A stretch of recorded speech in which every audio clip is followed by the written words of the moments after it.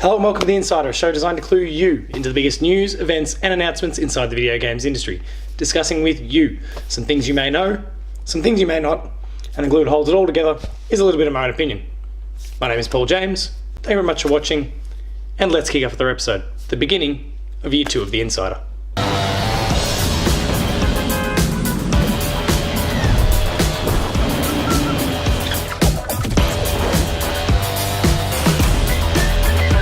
So I've dealt with this topic before and I've touched on it last week, but it's finally time for the Insider to revisit the topic of crossplay involving PlayStation.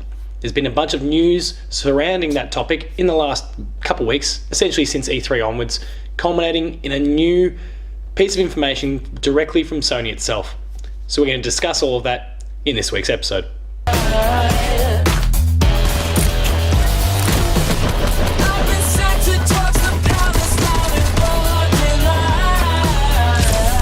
So about 60 episodes ago, or 1 year ago when it comes to The Insider, I was talking to you about some frankly stupid comments that PlayStation's Jim Ryan made about the future of crossplay with the PlayStation platform.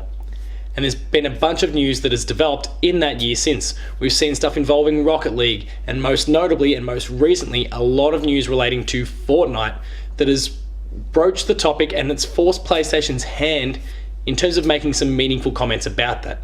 Now we're going to focus mainly on the Fortnite aspect of this news, and we're going to talk all about that next.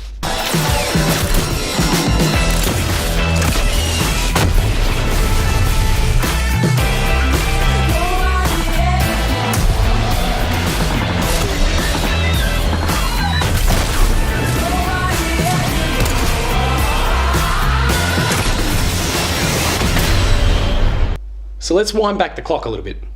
Fortnite has been huge. The game originally didn't do anything particularly special in terms of popularity, in terms of sales. The save the world aspect of Fortnite wasn't a massive hit. And then Epic took a close look at what PUBG was doing. And all of a sudden, Fortnite Battle Royale was born. And it's been enormous. And the first sign of something going on when it came to this cross-platform aspect that PlayStation was up till that point preventing revealed itself when someone at Epic, accidentally or otherwise, for a few hours allowed PlayStation and Xbox fans to play together. Essentially, a button was pressed that allowed these communities to cross-pollinate before someone's realized, oh god, there's a mistake, pulled the plug, and everything went back to normal. At E3 recently, the Switch version of the game, of Battle Royale, was released, and a whole bunch of fans came to discover that if you had at any point played Fortnite on a PlayStation 4, you couldn't access your Epic account or anything you'd spent your money on if you went to play it on an Xbox or the Switch. And that's really disappointing. And it's prompted some barbs from PlayStation, directed at PlayStation from Nintendo and Xbox in the last week. There's been lots of little tweets from both accounts tagging one another in it saying, hey, do you want to play together when it comes to Minecraft and a few other cross-platform games? Clearly having a crack at PlayStation and their stubborn approach to crossplay. We're going to talk more about what has happened this week next.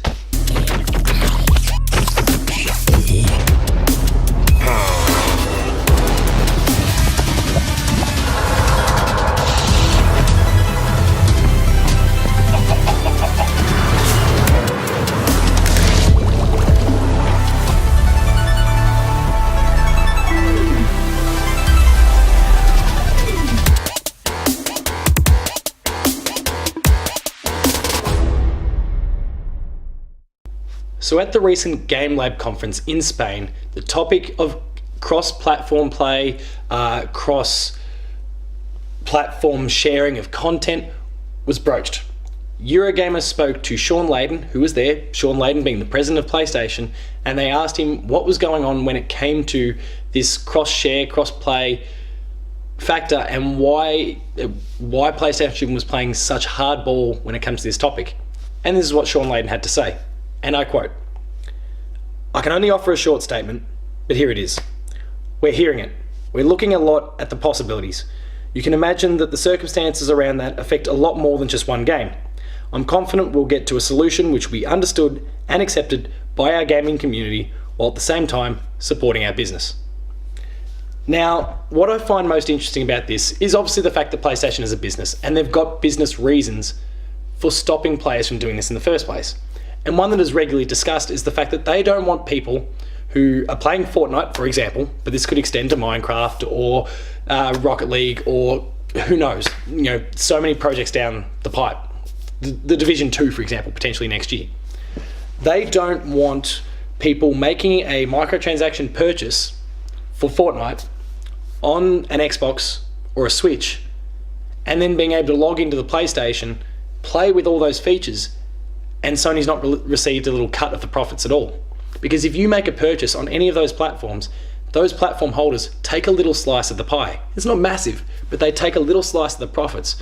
And when it comes to a game that's as big as those that I've just mentioned, that amounts to quite a lot of money for PlayStation or Xbox or Nintendo or whoever it happens to be. So PlayStation doesn't want you playing on the PS4 with features that you've unlocked by giving Xbox money or Nintendo money. And I can understand that to an extent. But the wall of... There's so much commentary about this. There's so many complaints about this that you have to think that the damn wall might be finally about to burst and PlayStation may be about to change their mind. But they are talking about finding something that still manages the business side of things. So I don't think it's going to be as clear cut as, here we go, you can play with anyone no matter what.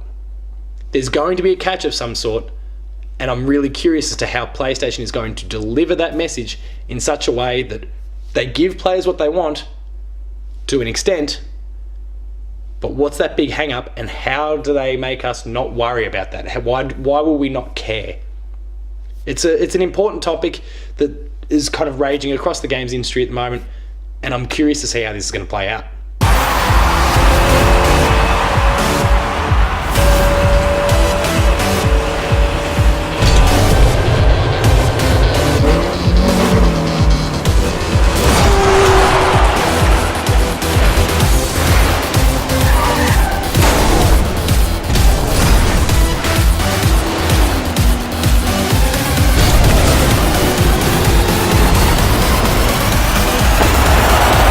Like I said, there's a lot of commentary about this particular topic, but it's really quite interesting to see where things have come to lead up to this point.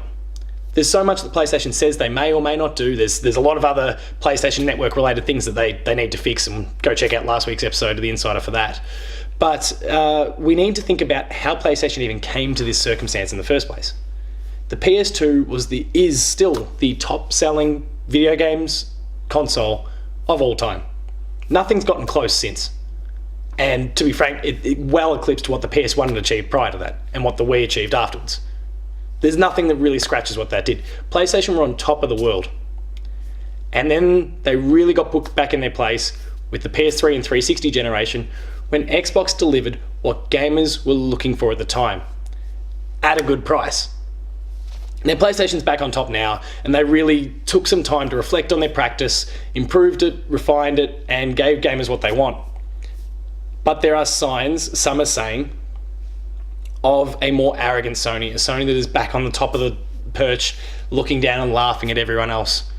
And whilst I don't wholly buy that yet, there's still plenty of really good things that they're doing, and I think there's some good reasons to why we're not seeing other aspects like new IP and why their E3 conferences have been the same games over and over and over.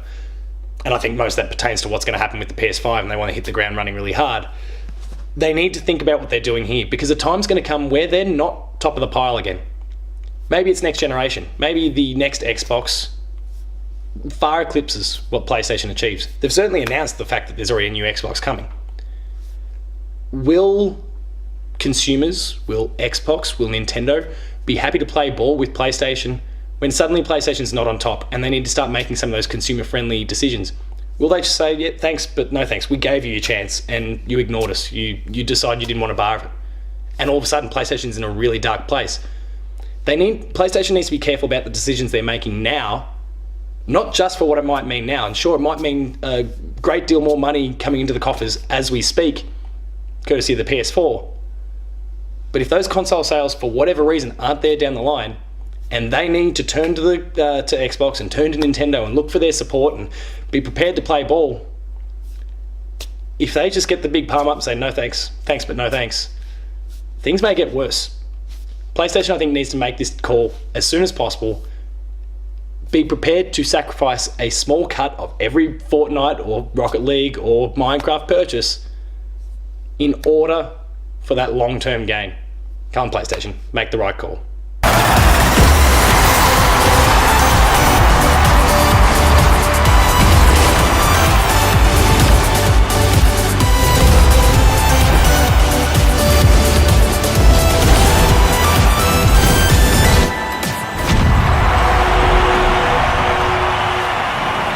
So that concludes another episode of The Insider. I hope you enjoyed it. If you did, please consider liking, sharing and subscribing. All those buttons are down below here, and that'll allow you access to weekly episodes of Patched, the Video Games Club, The Insider, Player 2 Plays, and a whole lot more. There's some awesome content there, so please make sure to go and check it out. Most recently, we've got a new late game review courtesy of Matt Phillips. It's about Heavy Rain. It's pretty funny. Go and give it a look. For written content, make sure to visit the website player2.net.au, where you'll find reviews, previews, opinion pieces, news, features, the Player 2 Writers Draft, and much more. There's some awesome content there contributed by some of the best talent in Australia, so please make sure to go and check it out. We're also on Patreon, patreon.com/player2au, and consider kicking in a few dollars. At the lower tiers, you'll get early access to Patched, or The Insider, and a whole bunch more. At higher tiers, you'll get exclusive episodes of those shows, and at the top tier, you can join us in the monthly Player 2 podcast. There's some awesome incentives there. You're helping the Player 2 dream to continue to grow. Thank you very much in advance for your support. For rolling updates, you can find me at PaulJamesP2 on Twitter. The website, you can find at Player2AU on Twitter. And until next time, thank you very much for watching. Watch this PlayStation CrossPlay space with interest, and I'll see you next time.